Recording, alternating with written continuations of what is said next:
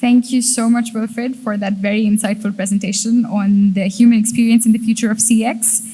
With the same energy, let's move on to our first fireside chat of the day. It's a case study oriented fireside chat titled Why CX Matters for Consumer Facing Brands like Almosafer and What It Means to Deliver Super CX. For this, let's please welcome on stage with a round of applause Pallav Singhvi, Head of E-commerce Business and Marketing, Almosafer Company, Seera Group. Almosafer is a part of the Seera Group. It is the largest travel company in the Middle East. Pallav has been a part of tech startups for the last decade in various roles with a focus on scaling them in the Middle East and India. And moderating this session, let's please also welcome with a huge round of applause Kunal Badiani, Senior Director, Middle East, Africa and Turkey for MoEngage. Prior to MoEngage, he has worked with marketing companies like Telium, Oracle Marketing Cloud, and IBM. Over the past decade, he has been involved in several large-scale digital transformation projects in Australia, New Zealand, the Middle East, and Africa. The mics are all good? Great, over to you then. No, I don't. Mine is working.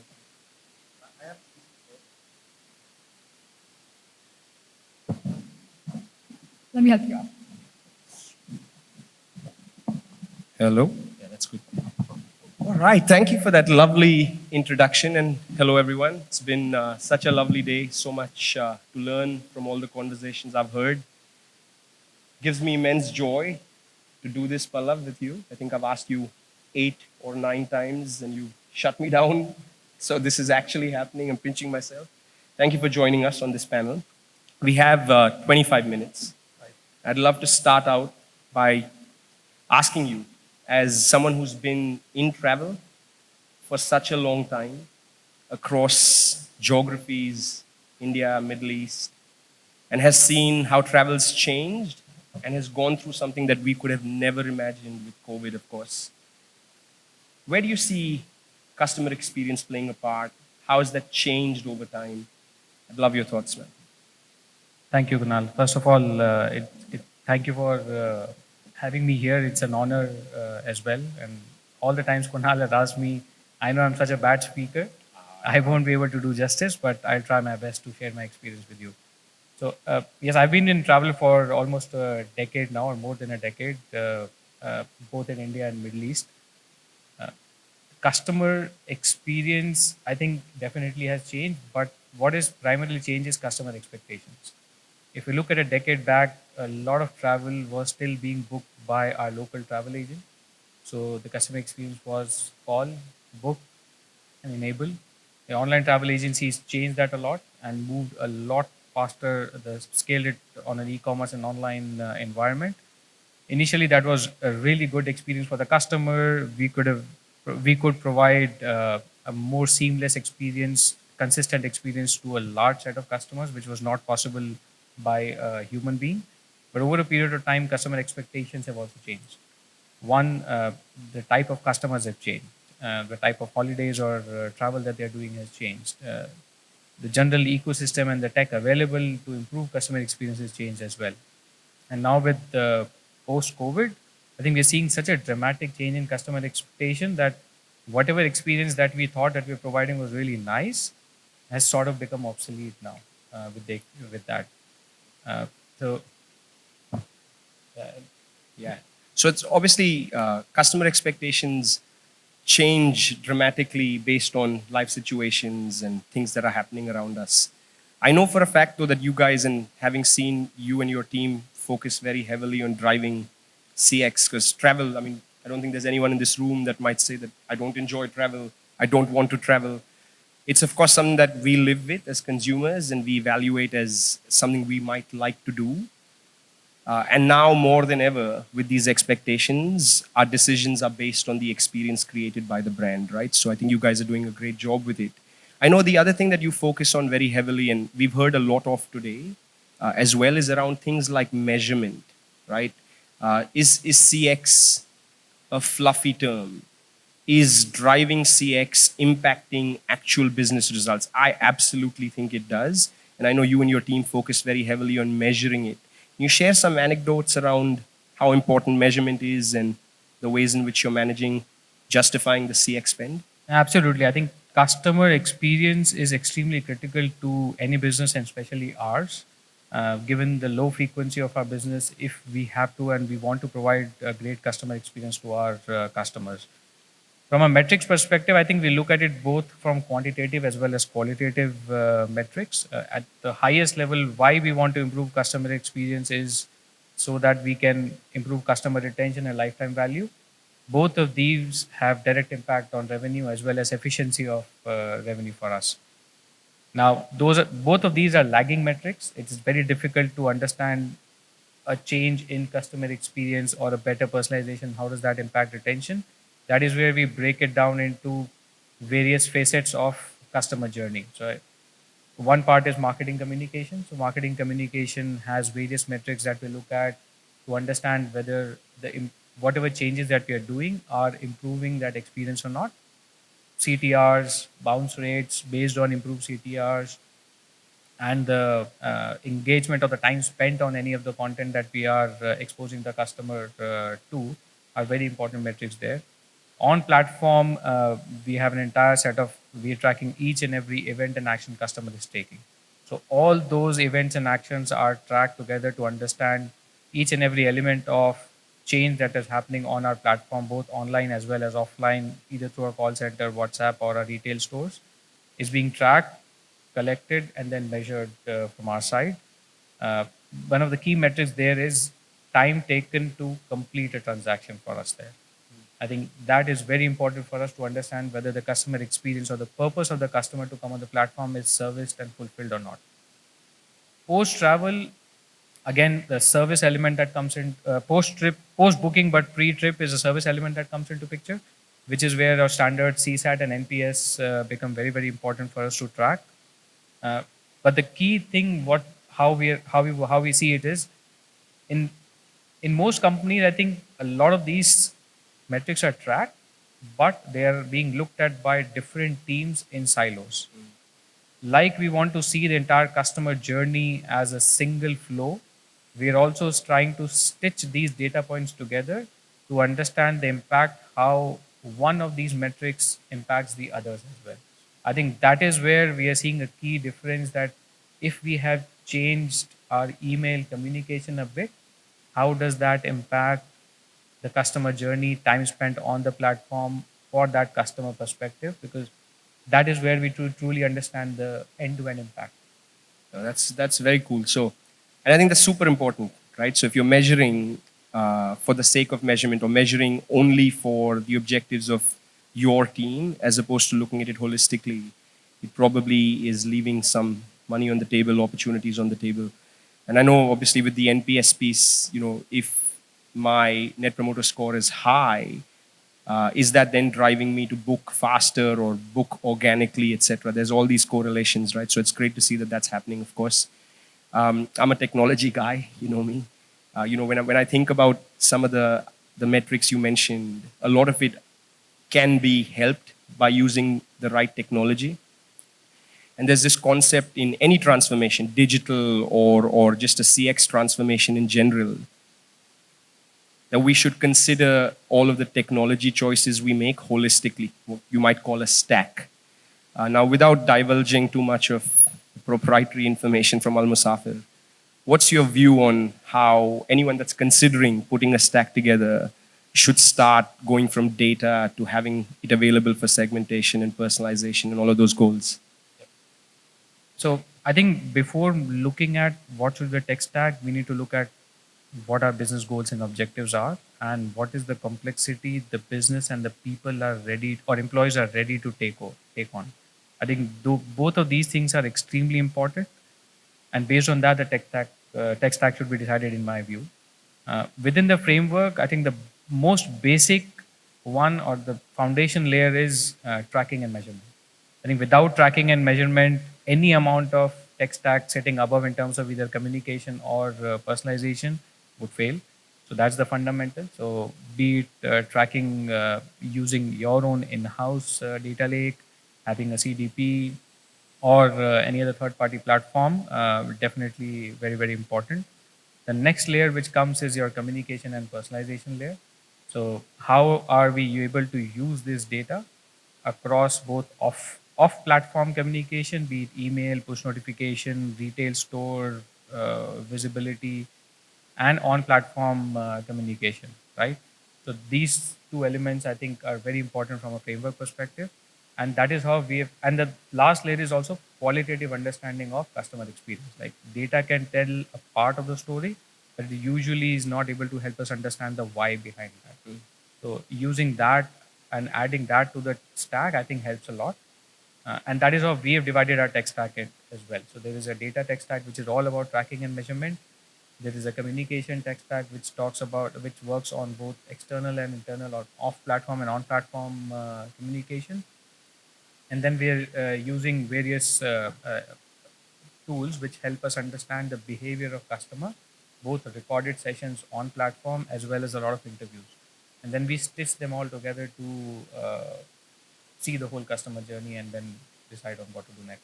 Makes sense. And so when you think about this tech stack, what you're saying is, of course, start with things like people, processes, and your objectives, and then work backwards as opposed to, look at the technology and then try and somehow force fit it into your environment, I guess. Absolutely, yes. I think both people as well as the complexity of business. An early stage startup versus on the other side, multi-product, multi-brand organization have to look at it very, very differently. Makes sense. No, that's very helpful. And I'm guessing from an industry standpoint as well, it probably plays a part. Travel as an example to me is not an impulse buy. Unless you're my wife, maybe she loves travel. God bless her. But it's typically not like buying, something that you'd buy on impulse just because the need arose, right? You'd actually consider it a little bit. And it's very different then in that space from a vertical standpoint. How does the tech stack, your strategy, and your entire CX formulation then change because people may come, try and evaluate, and then actually shop way down the road or subsequently, right? So how does that make a difference for you? Yeah, I think travel is a very tough industry from that perspective, both from a frequency of travel perspective that people don't travel as often. A lot of the travel or the thought behind travel is done offline in people's mind, as well as when they come on a booking platform like ours, the intent is already there. So we have to understand that intent and then add on to that. I think we divide the entire journey into like a classic three phase, which is your research and discovery phase for the customer, booking phase, and then there is a travel phase. So we want to make sure that we are there for the customer when they need us, for the type of service that they need us for, and the channel that they are comfortable with. We are proud to be an omni-channel platform, so we customer is able to reach it through our app, website, call center, WhatsApp, or our retail stores, and the entire journey is seamlessly connected. So they can book online, and then when they are traveling, they can contact us via WhatsApp, and our service advisor will be able to advise them for what they want to do in during the trip or some activities that they may want to book as well. So that's obviously travel, like you mentioned, difficult because the expectations are high, and we're talking about customer expectations and experience. So in the context of creating this beautifully designed omni-channel experience where I'm understood in totality, right, as opposed to whether I'm the guy on the website or the guy that's booked in a store. Um, how do you club that into measurement? Are you taking that back and finding a way to say, okay, this is my one customer, and this is what he or she does across all of my channels, and effectively then creating more of those micro moments that help take that journey forward and keep yourselves top of mind as a brand? Yeah. So internally, what we call it is a connected trip. Right? We are trying to build a connected trip for the customer, and we have tried customer segmentation and tried to do personas of customer that he or she is a business traveler, leisure traveler, and all that. But over a period of time, the customer has also the same customer for every trip might have a different purpose. So we are trying to create a connected trip wherein a trip has a purpose, not the customer. So everything that the customer does from uh, while on the platform, either in the research phase, when they're reading our content, or when they're interacting with our customer agents, is collected back in a central data lake. Even a voice conversation is translated in textual format, and we're able to pick up words both in terms of sentiment as well as intent, and then translate it back. And all of that can be, or we're trying to at least do that, to stitch it back together to understand for that particular trip what the customer wants. A large part of being connected to the customer is also where the customer is not traveling. I think the gap between that, and I like to call it the dream phase. The customers may not want to travel, but everybody loves to dream or read about travel every now and then. And that's what we are also trying to do through our engagement, either on social platforms or with the content that we are creating. And you may not want to travel, but I'm sure that you would love to watch a 2-minute video about an exotic location or a beach vacation that you may want to go in the future. I think that is how we are trying to stay connected with our customers even when they're not traveling. Makes a dream phase. I'm in it right now, by the way. I'd love to be on that exotic location. So that's really interesting, and obviously good to get those learnings from you. You know, we see this a lot as well, right? In our travels, as we're speaking with brands from various verticals, this concept of customer experience and things like who owns it, and we're seeing a lot more of people saying, okay, you know your customer is going to be all over. You know that they're going to give you data points across all of those experiences. I mean, it's amazing to see that even a voice conversation is translated, because that's again data. And then utilizing all of that to drive that next experience is what we're seeing a lot of as well. So good to get those nuggets from you as I continue to remain in my dream phase. Just thinking about customer experience, specifically, let's say for a travel brand, or I think most verticals, it begins with the first opportunity a brand has, right? My association with Almosafer, at the most subconscious level or even at the conscious level, when I actually visit or arrive at an offline location for you guys for the first time, that's where your opportunity starts to drive the best experience. We've seen a lot of our customers start thinking about it in that way, that this first opportunity has to be the best opportunity, and let's start tweaking an onboarding flow as an example, right? When someone visits for the first time, or when they're purchasing for the first time, and if we can get that right from a customer experience standpoint, it's going to drive results down the road, brand affinity, etc. In travel, and maybe at Almosafer, is there a similar viewpoint? Do you find that first experience is where it begins, and what have you seen, or what are you trying to do to make that as good as it can be? Absolutely, I think you're absolutely right, and that first experience or the first interaction the customer has with the brand is extremely important, and we are trying to solve for that as well. We're not perfect, we're trying to improve, but we want the customer to right swipe us. In our environment, we are looking at an onboarding setup from either the first visit the customer has on our retail store, first call to a call center, or downloading the app and interacting with it. For us, it's very important to understand, one, what is the intent of the customer? Like, what do the customer want to do? Do they want to make a booking? Do they want to go to our content platform within the app to explore and understand or get inspired, or do they have an existing booking where they just want to interact with somebody to make some changes? Alongside that, the second thing which is important is, how did the customer find us? If we are able to track that along with the intent, I think that is how we want to personalize the onboarding.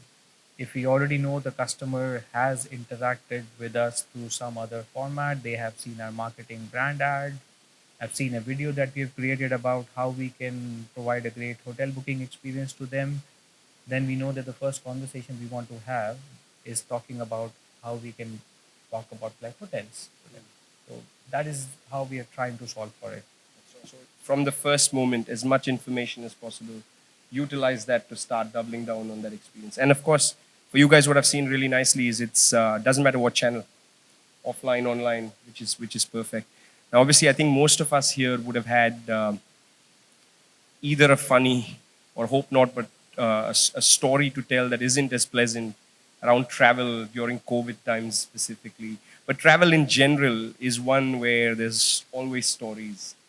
And sometimes those stories become great moments for a brand to optimize that experience for the customer. At a time when things are tough, I'm sure you've seen many. As we end the panel, any you can think of, an anecdote, a story, a change in CX at a time where it was really impactful for you as a business or in your travels? I think I can think of one such thing that has happened to us. So back in 2019, pre-COVID, on our social media platform, we sort of ran a series of communication on destinations that people can go to. Like, and that time, one junior person in social media team came up and said, every time we just talk about the destination, I think we should start talking it from a Saudi perspective because we are a Saudi focused company. So they came back with the concept that let's introduce a person called Khalid who becomes an advisor and is recommending a destination. So we ran that series on social media, organic. It got great engagement, and within the next 1 week, we got 25 people who came to our retail stores asking for Khalid. And we want to speak to Khalid, and we are sure that they will be able to advise us with which is the best location. And they wouldn't want to talk to any other advisor at that point in time. And that's when we saw the power of change in communication. If we are able to become an advisor rather than a sales agent on any of the platforms, it can have a dramatic impact on how the customers perceive us. And since then, we have introduced Khalid in each and every conversation that we are having. So on our platform, Khalid recommends a destination. If there is a specific flight we think is good, we recommend that. So Khalid recommends everything rather than it becoming a very generic recommendation from a brand. And that has worked really well for us in the last few years. That's awesome. That's a lovely story. I'm going to go check Khalid out as well, and so should everybody else. Unfortunately, our time's up. I've really enjoyed the conversation, and like I said, after 8 attempts, thank you for making this happen. And thank you, everyone. Enjoy the rest of your day. Thanks, everyone. Thank you.